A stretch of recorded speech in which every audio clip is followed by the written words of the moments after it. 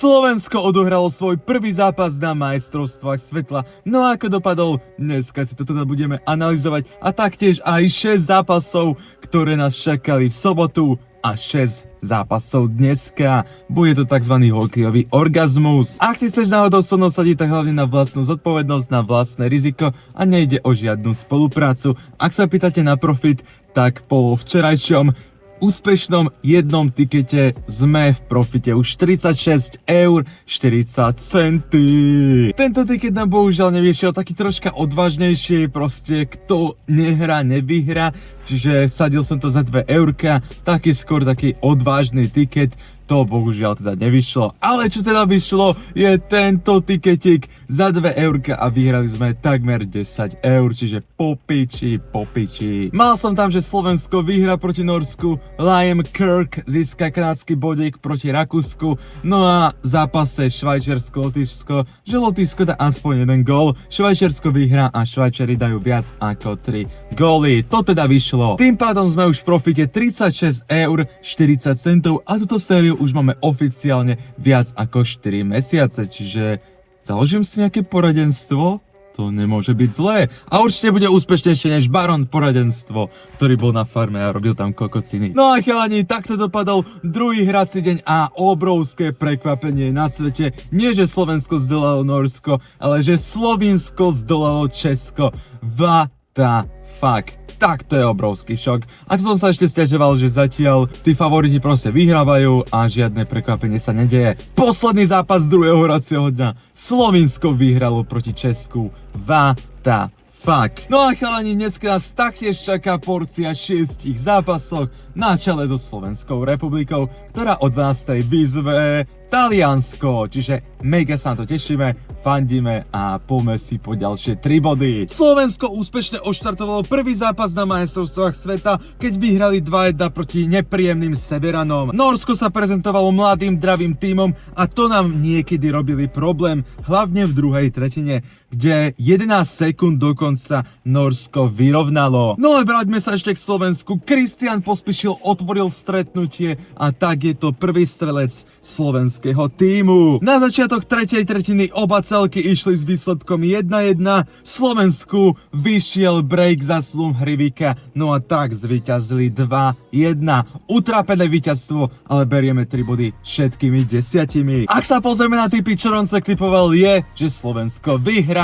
Tak odporúčam, že Slovensko tento zápas vyhrá. Je tam mega pekný kurz a ja to teda skúsim. Však som Slovák, budem veriť našim. S paralelným zápasom Slovensko-Norsko bol taktiež aj zápas Rakúsko-Veľká Británia. Pred zápasom Rakúsko bol väčší favorit a tak chceli zverenci Rogera Badera potvrdiť to aj na lade. Rakúsko vstúpilo do prvej tretiny ako hurikán, keď už v 9. minúte vyhrávali 3-0, no Veľká Británia zapla a znížila na 2-3. Presadila sa aj najväčšia britská hviezda Kometa, a to Liam Kirk, ktorý pôsobí v Berlíne. No ale s postupom času zverenci Rogera Badera a rakúska Kometa začala pracovať a tak stanovili konečný výsledok 5-2. Rakúsko tak získalo prvé 3 body na turnaji. Ak sa pozrieme, čo Roncek typoval, tak je, že Liam Kirk získa kanadský bodík. To teda vyšlo. No ale dosť dobrá stavka je, že Liam Kirk získa v tomto zápase bod, je tam nádherný kurz. No a taktiež, že oba celky dajú 2 a viac golov, to taktiež vyšlo. No a teda nebolo by od veci dať si 1,5 deci, to by teda nebolo od veci, ale čo teda môže skúsiť, že oba celky dajú 2 a viac golov. Je to celkom reálna stavka. Súboj Davida s Goliášom môžeme označiť súboj Maďarska s Fínskom. Maďarsko predvádzalo sympatický výkon, keď po prvej tretine bol stav 0-0.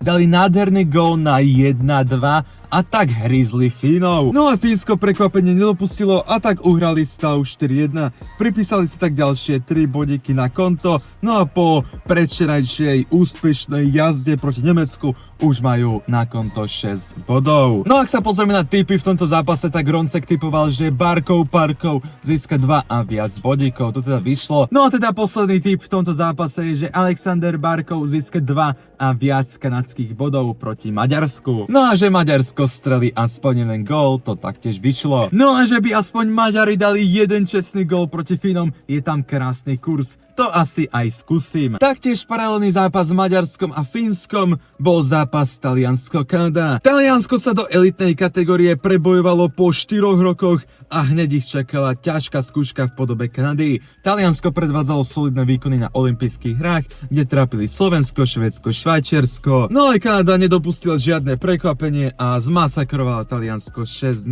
Bodíky si pripísal napríklad Celebrini, Crosby. No a Roncek v tomto nezaživnom zápase typoval, že Dylan Kazon získa kanadský bodík. No a taktiež, že Dylan Kazon získa bodík v zápase proti Taliansku, nádherný kurz. No a večerný zápas bol medzi domácou krajinou Švajčiarskom a nepríjemnou pobalskou krajinou Lotyšskom. Švajčiarsko po úspešnej piatkovej jazde, kde zdolali USA, mali teda na konto 3 body. Čakalo ich teda Lotyšsko, kde sa teda čakali ďalšie povinné 3 body. Švajčiarsko sa trápilo s Lotyšskom, no a na začiatku tretej tretiny bol stav iba 2-1 pre Helvetov. S postupom času Lotyšská obrana polavila a tak Švajčiarsko stanovilo výsledok 4-2. Lotyšsko po sympatickom výkone neískalo ani jeden bod. Ak sa pozrieme na tipy, čo Roncek odporúčal v tomto zápase, vyšli mi všetky tipy a to, že Švajčiarsko vyhrá minimálne aspoň o 2 góly. Ak sa teda pozrieme na tipy, Švajčiarsko je teda favorit tohto zápasu, ale odporúčam, že Švajčiarsko vyhrá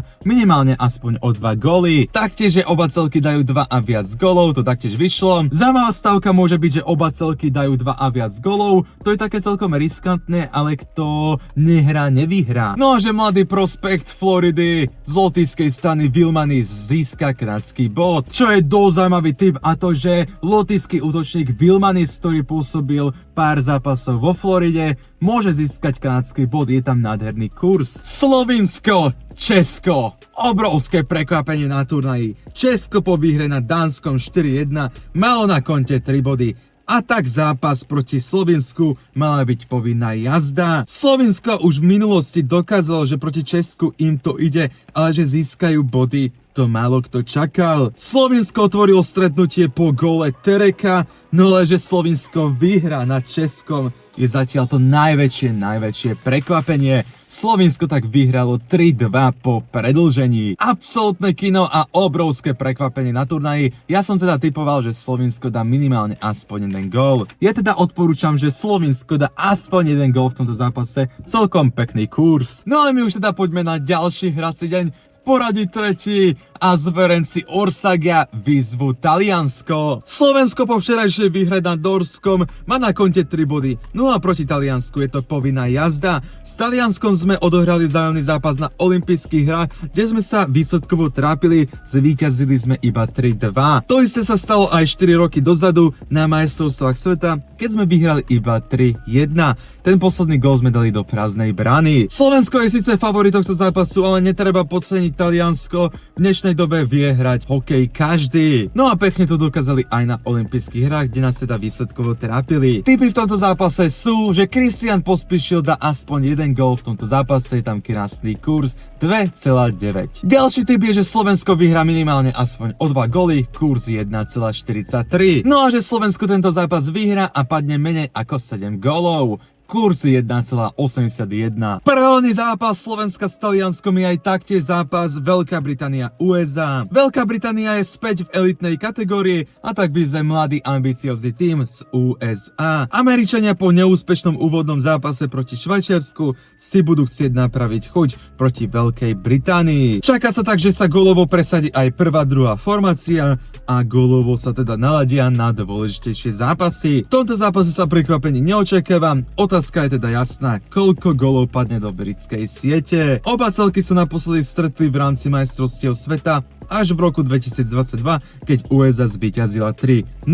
No a tipy v tomto zápase sú, že Veľká Británia dá minimálne aspoň jeden gól, USA je tam pekný kurz 1,56. No a ďalšie tipy v tomto zápase nemám, ale kľudne môžeš dať na nejakých tých amerických strelcov, alebo že získajú kanadské body. Švédska IKEA má nabitý tím, neúspeli síce v prvom zápase, keď nestačili na hviezdnu Kanadu, no a teda otázka je jasná, získa už konečne Švédsko nejaké tie body na turnaji. Dánsko taktiež v prvom zápase neúspelo proti Česku, keď prehrali 1-4. Švédsko je teda väčší favorit a tak by mali uspieť. Naposledy sa tieto týmy stretli na majstrovstvách sveta 2025 v Štokholme o bronz. Z bronzu sa tešilo Švédsko, keď vyhrali 6-2. Ak sa pozrieme na tipy, tak v tomto zápase Roncek odporúča, že Švédsko vyhrá minimálne o 3 góly. Je tam celkom pekný kurz. No a že Dánsko dá viac ako 1 gól, je tam kurz 1,46. To teda znamená, že ak Dánsko dá iba 1 gól, ak keby sa ti to vynulovalo, ak dá 2, tak si proste vyhral. No a posledný tip v tomto zápase je, že Ivar Stenberg získa kanadský bod, kurz 1,4. O 16:20 sa stretne taktiež Rakúsko s Maďarskom, čiže naši susedia. Rakúsko už má na konte 3 body po výhre s Veľkou Britániou,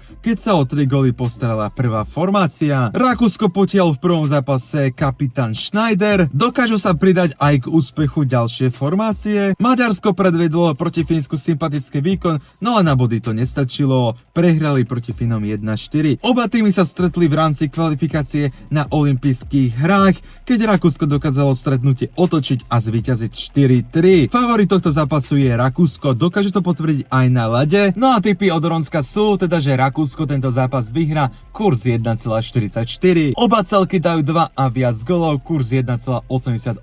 No a že Vincent Rurer získa kanadský bod, kurz 1,55. Večerný zápas odštartuje Nemecko s Lotyšskom. Oba týmy v úvodných zápasoch neúspeli a tak ich čaká kľúčový zápas o postup zo základnej skupiny. Nemecko musí popracovať na využívanie presilových hier, keďže proti Suomi nedokázali využiť ani jednu z 5 možností. Lotyšsko si sa trápilo domáce Švajčiarsko, ale na zisk bodov to nestačilo, prehrali 2-4. Oba týmy sa stretli a to na olympijských hrách, keď Lotyšsko dokázalo otočiť zápas a zvíťaziť 4-3. Tipy v tomto zápase sú, že Nemecko vyhrá, je tam kurz 1,63. Posledný tip v tomto zápase je, že oba celky dajú 2 a viac golov, je tam kurz 1,8. No a posledný večerný zápas bude medzi teda Nórskom a Slovinskom. Nórsko po sympatickom výkone proti Slovensku bude chcieť získať konečne prvé body na turnaji, no a čaká ich výzva v podobe Slovinska, ktoré šokujúco vyhralo na Českom 3-2 po predĺžení. Najväčšie prekvapenie turnaja stanovilo Slovinsko. Otázka je jasná, dokáže niekto prekonať takéto prekvapenie znova? Oba týmy sa stretli v rámci majstrovstiev sveta 2023 v Rige, keď Nórsko zvíťazilo najtesnejším rozdielom 1-0. Miernejší favorit tohto zápasu je Nórsko, ale určite by som Slovinsko neodpisoval, však včera prekvapili Česko. Ak sa pozrieme na tipy, tak Roncek odporúča, že Nórsko tento zápas vyhrá, je tam kurz 1,65. No ale čo je asi troška reálnejší je tip, že oba týmy dajú 2 a viac golov, je tam kurz 1,82. No a my sa už poďme pozrieť na finálny tiket, čo Roncek typoval. V prvom tikete za 2 eurka teda mám, že Slovensko vyhrá proti Taliansku minimálne o 2 góly a že Veľká Británia dá gól proti USA. No a posledný zápas je medzi Švédskom a Dánskom. Mám tam, že Dánsko dá gól a Švédsko vyhrá minimálne aspoň o 2 góly. V ďalšom tikete teda za euro 40 mám, že Christian Pospíšil dá gól proti Taliansku a v zápase Nemecko-Lotyšsko oba týmy dajú 2 a viac gólov. No a v poslednom skôr takom for fun tikete za 1 eurko mám, že Ivar Stenberg získa kanadský bod proti Dánsku, kurz 1,4. No a v zápase Norsko-Slovinsko oba týmy dajú 2 a viac golov. No a v zápase Rakúsko-Maďarsko taktiež oba týmy dajú 2 a viac golov a Vincent Rohrer získa kanadský bodík. Uvidíme, ako dopadne tretí hrací deň, dal som si tam 3 tikety v hodnote 4,4 eur, skôr také for fun tikety, čiže som zvedavý, či niečo vyhráme. Ak nie, sme v profite 32 eur, čiže super. Dole do komentára mi napíš svoje tipy, triky a čus F9. Verme, že Slovensko vyhrá. Fandíme F9!